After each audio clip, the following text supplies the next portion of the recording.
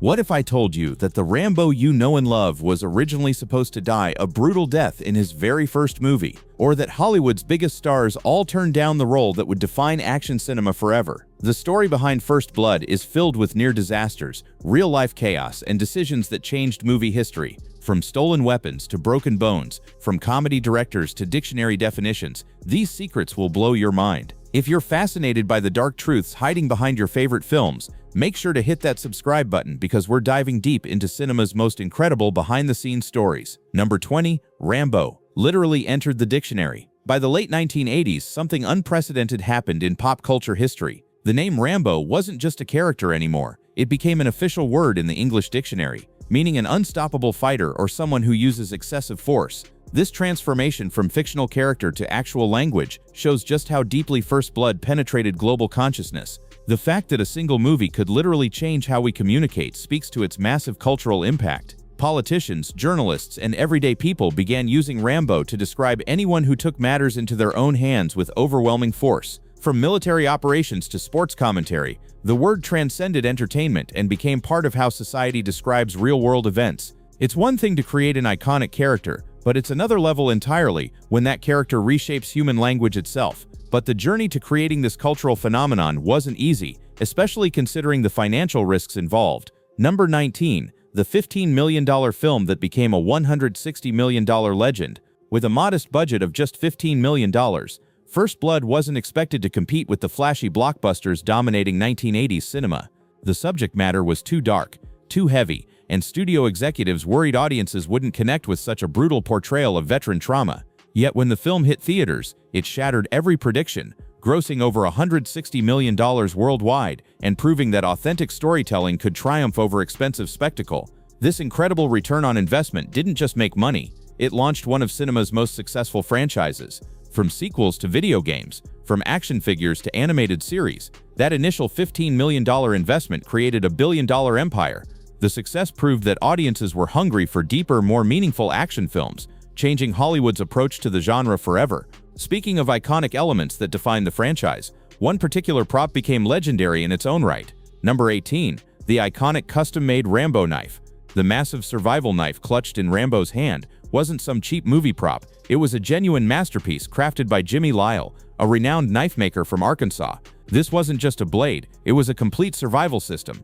The serrated spine could cut through rope and wire, while the hollow handle contained a compass, matches, fishing line, a needle and thread, and even a small survival guide. Every element was designed for one purpose: keeping a soldier alive in the wilderness. After the film's release, the knife immediately became a cultural phenomenon. Thousands of replicas flooded the market, from cheap knockoffs to high-end collectibles. Military enthusiasts, survivalists, and movie fans all wanted to own this symbol of self-reliance. To this day, the Rambo knife remains one of the most recognizable weapons in cinema history, inspiring countless imitations and appearing in museums worldwide. But while the knife became a symbol of survival, the film's production faced a much different kind of challenge. Number 17. Batcave changed to Rat Cave for practical reasons. In David Morrell's original novel, when cornered and desperate, Rambo seeks refuge in a dark, terrifying Batcave, a setting that would have been perfect for the film's claustrophobic atmosphere.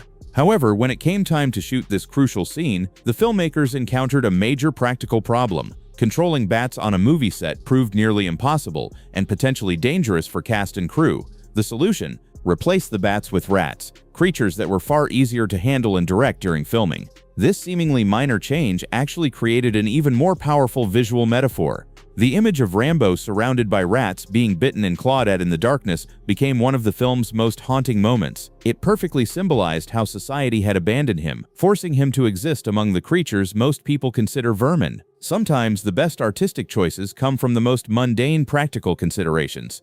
The decision to adapt and overcome obstacles was a theme that extended beyond just the script. Number 16. From comedy director to father of Rambo. Before taking on First Blood, Ted Kotcheff was known exclusively for light comedies and family-friendly dramas like Fun with Dick and Jane.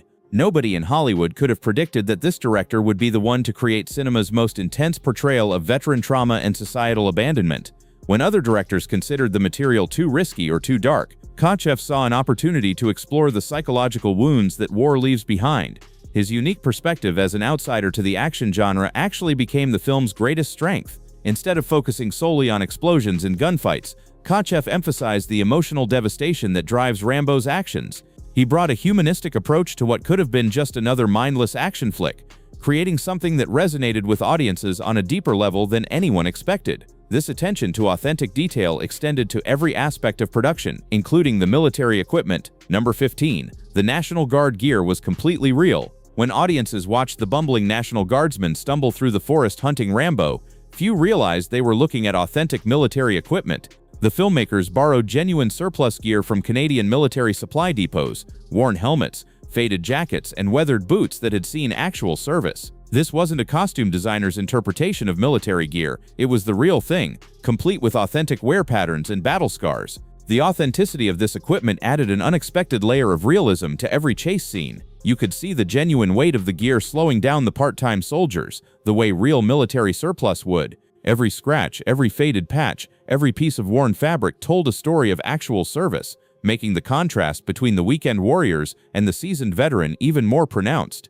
But the debate over realism versus entertainment value had been raging long before cameras started rolling. Number 14. Douglas wanted Rambo to be the villain. The casting of Colonel Troutman sparked one of the most intense creative battles in the film's development. Kirk Douglas, the legendary star originally slated for the role, had a radically different vision for the story. He wanted Troutman to be the true hero, a man forced to put down his former student who had become a dangerous psychopath. In Douglas's interpretation, Rambo would have been the villain, a broken soldier who posed a genuine threat to innocent civilians. This fundamental disagreement about the character's nature created an impossible situation. Douglas believed the story should follow the novel's darker path, where Rambo's actions were inexcusable and his death was necessary for the greater good. But Stallone and the producers recognized that making Rambo a villain would eliminate any audience sympathy and destroy the film's potential to comment on how society treats its veterans. The creative conflict ultimately led to Douglas's departure, but it also highlighted something crucial about the story. Number 13. The novel's bleak ending left no room for hope. David Morrell's original novel concluded with a scene so dark and hopeless that it would have ended the Rambo story forever. After days of escalating violence, both Rambo and Sheriff Teasle lay dying from their wounds. In the book's final moments, Colonel Troutman appears not as a savior but as an executioner. With no words of comfort or attempts at reconciliation, he delivers a mercy shot that ends Rambo's suffering permanently. Both men die, leaving behind only destruction and tragedy. This ending would have made any sequel impossible and left audiences with nothing but despair. There was no redemption, no hope for healing, and no suggestion that society could ever make amends for its treatment of veterans. It was literature's way of forcing readers to confront the ultimate cost of war and abandonment. But it would have been cinematic suicide for a character meant to inspire and entertain. Fortunately, the filmmakers understood that audiences needed something different. Number 12. Rambo never intentionally killed anyone in the film. Here's something that might shock you about this legendary action hero. Throughout the entire movie, John Rambo never deliberately kills a single person. The only death that occurs is Deputy Galt's accidental fall from the helicopter during the forest chase.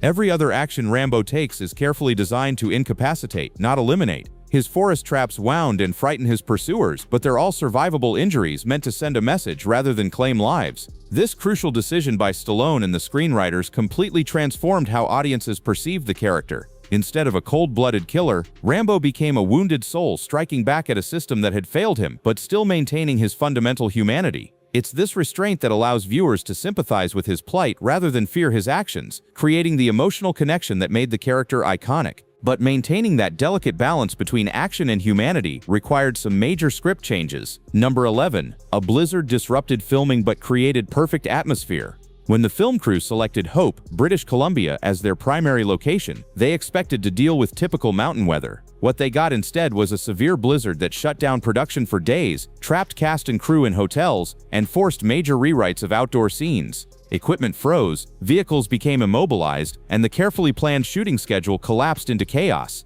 The financial pressure from these delays nearly bankrupted the production. However, this natural disaster inadvertently created the film's most powerful visual element. The bone-chilling cold, the stark white landscape, and the overwhelming sense of isolation became the perfect backdrop for Rambo's psychological state. Every breath visible in the frozen air, every struggle against the elements, added layers of authenticity that no amount of artificial atmosphere could have achieved. Sometimes nature provides the best special effects. The challenging conditions weren't the only obstacle that had to be overcome during production. Number 10. First Hollywood film shown in China. In 1982, when First Blood was selected for screening in China, It represented a monumental shift in international cinema. This was one of the first major Hollywood productions to reach Chinese audiences during the country's gradual opening to Western culture. For a billion people who had been largely cut off from American entertainment, Rambo's story of individual struggle against overwhelming odds resonated with surprising power. The film's success in China was immediate and overwhelming. Theaters were packed, audiences discussed the movie for months, and Stallone's name became synonymous with Western heroism. This breakthrough opened the door for Hollywood's eventual dominance in the Chinese market, making First Blood not just an entertainment success but a cultural bridge between two vastly different societies. But long before international audiences discovered Rambo, Hollywood's biggest names had their chance. Number 9. A-list stars all passed on the role. Before Stallone made Rambo his own, the role was offered to virtually every major action star of the era. Clint Eastwood turned it down because he felt the character didn't match his established screen persona. Robert De Niro and Dustin Hoffman were both approached but found the violent content too disturbing for their artistic sensibilities. Steve McQueen was considered too old for the physical demands, while Al Pacino wanted to transform Rambo into a completely unhinged madman, a direction the producers couldn't accept. Each of these legendary actors would have brought something entirely different to the role. Imagine Eastwood's cold, calculating interpretation or Pacino's explosive intensity. The Rambo we know might never have existed if any of these stars had accepted. Their collective rejection left the door open for Stallone to create something uniquely his own, proving that sometimes the perfect casting happens by elimination rather than selection. However, getting to that perfect casting required surviving years of development challenges. Number 8. It was almost downgraded to a TV movie. The journey from novel to screen was so turbulent that First Blood nearly ended up as a forgettable made-for-television production. After bouncing between studios for nearly a decade, going through more than 20 different script rewrites, and facing countless rejections, the project was on the verge of being sold to a TV network. The budget would have been slashed, the violence toned down, and the story reduced to a generic police procedural. This near miss with television mediocrity would have robbed cinema of one of its most powerful examinations of veteran trauma. The small-screen version would have lacked the resources for the spectacular forest chase scenes, the psychological depth that made Rambo sympathetic, and the production values that helped the story reach global audiences. It was only Stallone's passionate involvement that saved the project from this fate. But even before Stallone's involvement, the project had already survived an incredibly long development process. Number 7. 10 years in development hell. From the moment David Morrell's novel was published in 1972, Hollywood recognized its cinematic potential, but transforming the dark, complex story into a viable film proved nearly impossible.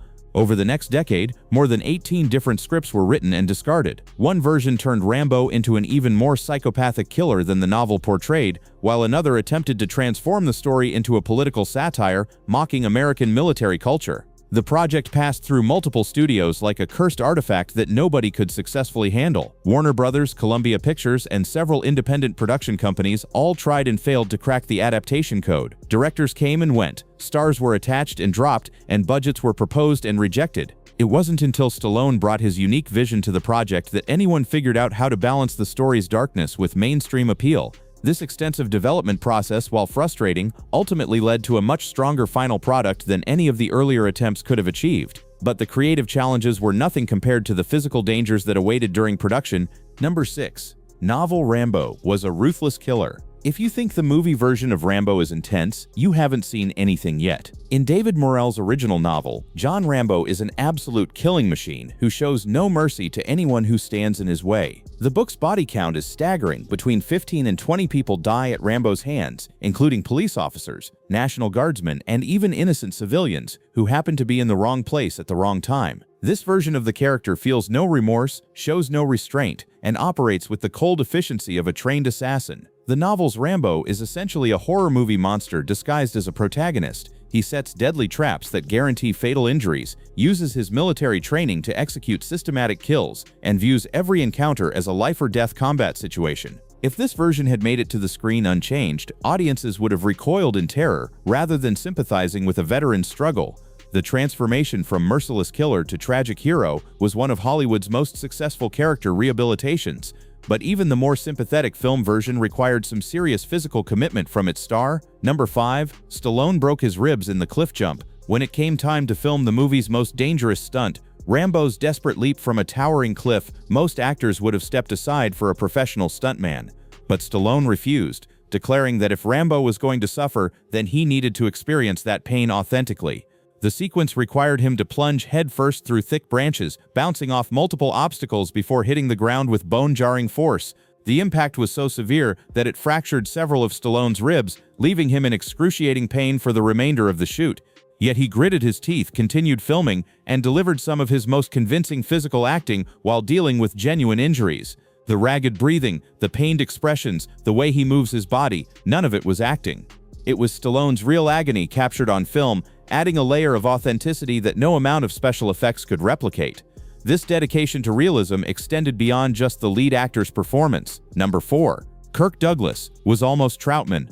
The casting of Colonel Troutman nearly changed the entire trajectory of the Rambo franchise. Kirk Douglas, the legendary star of Spartacus and Paths of Glory, was originally signed to play Rambo's mentor and father figure. Douglas brought gravitas, experience, and serious dramatic credentials to the project. But just days before filming was scheduled to begin, creative differences exploded into an irreconcilable conflict that shocked everyone involved. Douglas insisted that the film should honor the novel's tragic ending, with Troutman being forced to execute his former student to prevent further bloodshed. In his vision, this would have been a profound commentary on the cost of war and the tragic fate of broken soldiers. When the producers and Stallone refused to film Rambo's death, Douglas walked away from the project entirely. Richard Crenna was called in as an emergency replacement with virtually no preparation time. While Douglas's departure seemed like a disaster, it actually allowed for a completely different approach to the character. Number 3. A real weapons heist on set.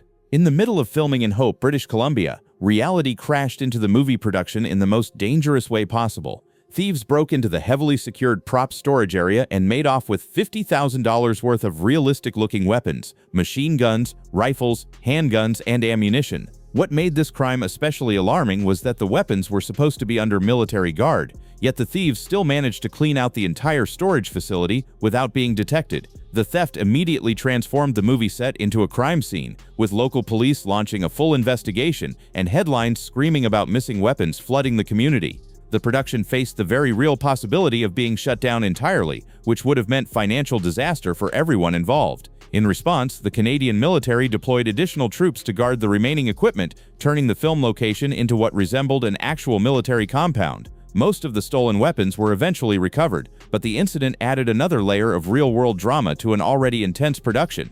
And speaking of intense drama, one particular scene pushed the boundaries of both safety and realism. Number 2. The disastrous 3-hour cut. Before First Blood became the tight, pulse-pounding masterpiece we know today, it existed as a bloated, nearly unwatchable disaster that ran for over 3 hours. The first rough cut was so meandering, repetitive, and poorly paced that even Stallone, who had staked his career on the project, wanted to buy back all the rights just to prevent the film from being released. He seriously considered taking a massive financial loss rather than allowing this version to reach theaters and destroy his reputation. The problems were everywhere. Scenes dragged on without purpose, dialogue repeated the same points endlessly, and the story's momentum ground to a halt whenever the camera started rolling. Internal test screenings were disasters, with audiences walking out and studio executives panicking about their investment. Stallone made the desperate decision to lock himself in the editing room and personally oversee a complete reconstruction of the film. Working around the clock with editor Joan Chapman, Stallone ruthlessly cut dozens of minutes of footage, eliminated redundant scenes, and completely restructured the story's pacing.